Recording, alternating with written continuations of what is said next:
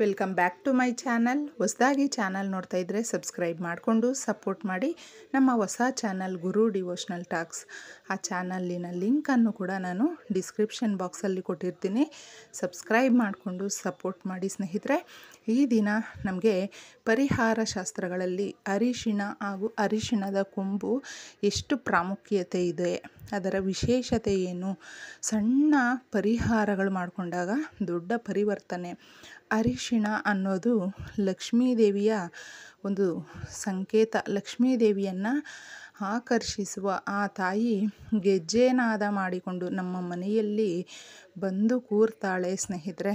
ಅರಿಶಿಣದ ಕೊಂಬಿಂದ ಹಾಗೂ ಅರಿಶಿಣದಿಂದ ಎಷ್ಟೆಲ್ಲ ಪರಿಹಾರಗಳಿದೆ, ಸಾಕಷ್ಟು ಪರಿಹಾರಗಳಿದೆ. ಈ ಪರಿಹಾರಗಳನ್ನ ನೀವು ಈ ಒಂದು ಬರುವ ಹುಣ್ಣಿಮೆಗೆ ಮಾಡಿಕೊಳ್ಳಿ, ಬಹಳ ವಿಶೇಷವಾಗಿರುತ್ತೆ. ಹಾಗೂ ಪ್ರತಿನಿತ್ಯ ಮಾಡಿಕೊಳ್ಳುವ ಒಂದು ಪರಿಹಾರ ಕೂಡ ಈ ಪರಿಹಾರದಲ್ಲೇ ತಿಳಿಸ್ತಾ ಇದ್ದೀನಿ. ಯಾಕಂದರೆ ನಮಗೆ ಪರಿಹಾರ ಶಾಸ್ತ್ರಗಳಲ್ಲಿ ಅರಿಶಿಣ ಹಾಗೂ ಕೊಂಬಿಗೆ ತುಂಬ ಪ್ರಾಧಾನ್ಯತೆ ಇದೆ. ಅರಿಶಿಣದ ಒಂದು ಪರಿಹಾರ ಈ ರೀತಿ ಈಗ ಮಾಡಿಕೊಂಡ್ರೆ ಹಣದ ಅವಶ್ಯಕತೆ ಏನೇ ಇರಲಿ, ನಮಗೆ ನಮ್ಮ ಮನೆಯಲ್ಲಿ ಒಂದು ಕೆಟ್ಟ ಯೋಚನೆಗಳು ನಾವು ಮಾಡ್ಕೊಂಡಿದ್ರು, ಕೆಟ್ಟ ಕೆಲಸಗಳೇನಾದರೂ ನಡೀತಾ ಇದ್ರೂ, ಕೆಟ್ಟ ಆಲೋಚನೆಗಳಿಂದ ನಮಗೆ ವಿಮುಕ್ತಿ ಸಿಗುತ್ತೆ, ಮನಸ್ಸಿಗೆ ತುಂಬ ಸಮಾಧಾನ ಆಗುತ್ತೆ. ಹಾಗೂ ಈ ಹಣ ಅನ್ನೋದು ನಮಗೆ ಮಳೆಯ ರೀತಿಯಲ್ಲೇ ಮನೆಗೆ ಬಂದು ಸೇರುತ್ತೆ. ಇದು ನಿಜವಾಗಲೂ ಬಹಳ ವಿಶೇಷವಾದ ಒಂದು ಪರಿಹಾರ ಅಂತ ಹೇಳಬಹುದು. ಪ್ರತಿನಿತ್ಯ ಆ ಮನೆಯಲ್ಲಿ ಗೃಹಿಣಿ ಯಾವ ರೀತಿ ಇರ್ತಾಳೋ ಆ ಮನೆಯ ಅಭಿವೃದ್ಧಿ ಆ ರೀತಿ ಅಂತ ಹೇಳ್ತೀವಿ. ಅದರಿಂದನೇ ಒಂದು ಹೆಣ್ಣನ್ನು ಆ ಮನೆಯ ದೀಪ ಅಂತ ಹೇಳೋದು.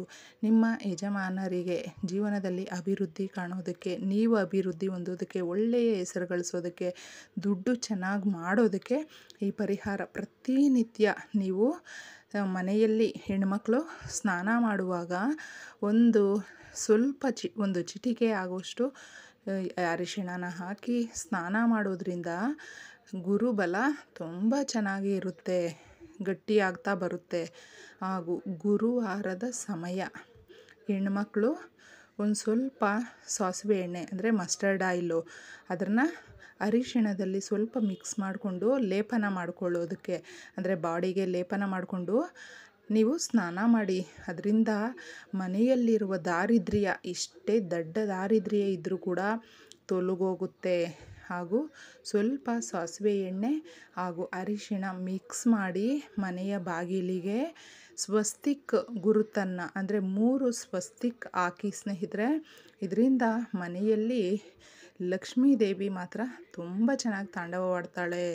ಆ ಮನೆಯಲ್ಲಿ ಕೂತು ಬಿಡ್ತಾಳೆ ಅಷ್ಟೇ ಬಂದು. ಅಷ್ಟು ಚೆನ್ನಾಗಿರುವಂಥ ಪರಿಹಾರ. ಈ ಸಣ್ಣ ಸಣ್ಣ ಪರಿಹಾರಗಳನ್ನ ನೀವು ಮಾಡಿಕೊಳ್ಳಿ. ಮತ್ತೊಂದು ವಿಶೇಷವಾಗಿ ನೀವು ಈ ಅಮಾವಾಸ್ಯೆ ಹುಣ್ಣಿಮೆ ದಿನ ಅರಿಶಿಣದ ಕೊಂಬು ಒಂದು ಕಪ್ಪು ಕಲ್ಲರಲ್ಲಿ ಬರುತ್ತೆ, 2 ರೀತಿ ಇರೋದು ಅರಿಶಿಣದ ಕೊಂಬು. ಬ್ಲ್ಯಾಕ್ ಟರ್ಮರಿಕ್ ಅಂತ ಕೂಡ ಕರಿತೀವಿ. ಅದು ಎಲ್ಲ ಗ್ರಂಥಿಗೆ ಅಂಗಡಿಗಳಲ್ಲೂ ಹಾಗೂ ನಮಗೆ ಒಂದು ಪ್ರಾವಿಷನ್ ಸ್ಟೋರಲ್ಲೂ ಕೂಡ ನಮಗೆ ಸಿಗುತ್ತೆ. ಪೂಜಾ ಸಾಮಗ್ರಿಗಳ ಅಂಗಡಿಗಳಲ್ಲಿ ತಪ್ಪದೇ ಸಿಗುತ್ತೆ.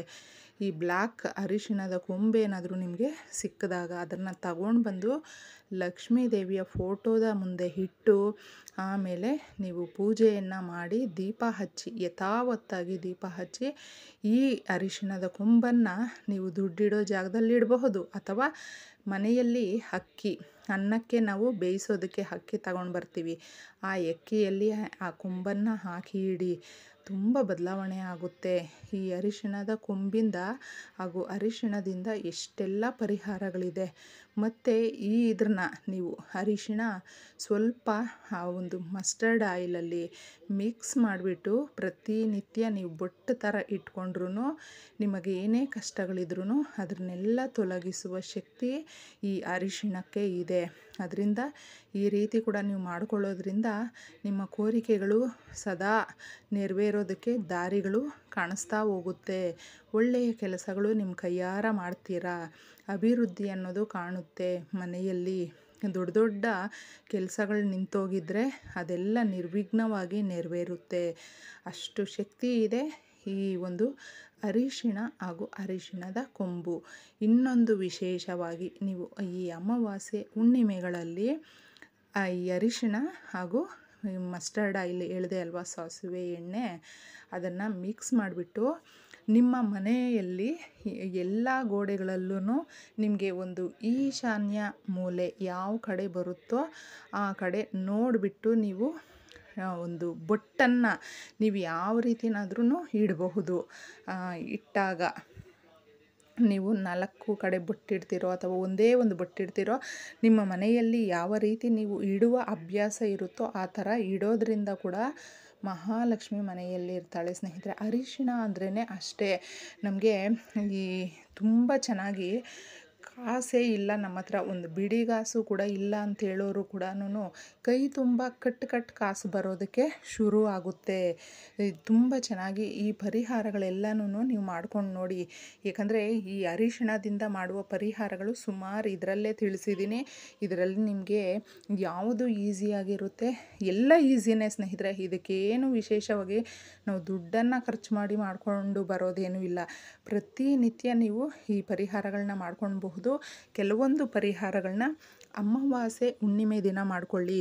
ಆಗ ಎಷ್ಟೋ ಸಾಲಗಳಿದ್ರೂ ತೀರೋಗುತ್ತೆ, ಎಷ್ಟೋ ನಷ್ಟ ಆಗಿದ್ರೂ ಕೂಡ ಆ ನಷ್ಟ ಎಲ್ಲ ನಿಮಗೆ ಅದೃಷ್ಟದ ರೂಪದಲ್ಲಿ ತುಂಬಿ ಬರುತ್ತೆ. ಈ ಬದಲಾವಣೆಯನ್ನು ಮಾಡ್ಕೊಂಡು ನೋಡಿ. ಇಷ್ಟೇ ಸುಲಭವಾದ ವಿಧಾನ. ಈ ವಿಡಿಯೋ ನಿಮ್ಗೆ ಇಷ್ಟ ಆಗಿದ್ದರೆ ತಪ್ಪದೇ ನಮ್ಮ ಚಾನಲ್ಗೆ ಸಬ್ಸ್ಕ್ರೈಬ್ ಮಾಡ್ಕೊಳ್ಳಿ.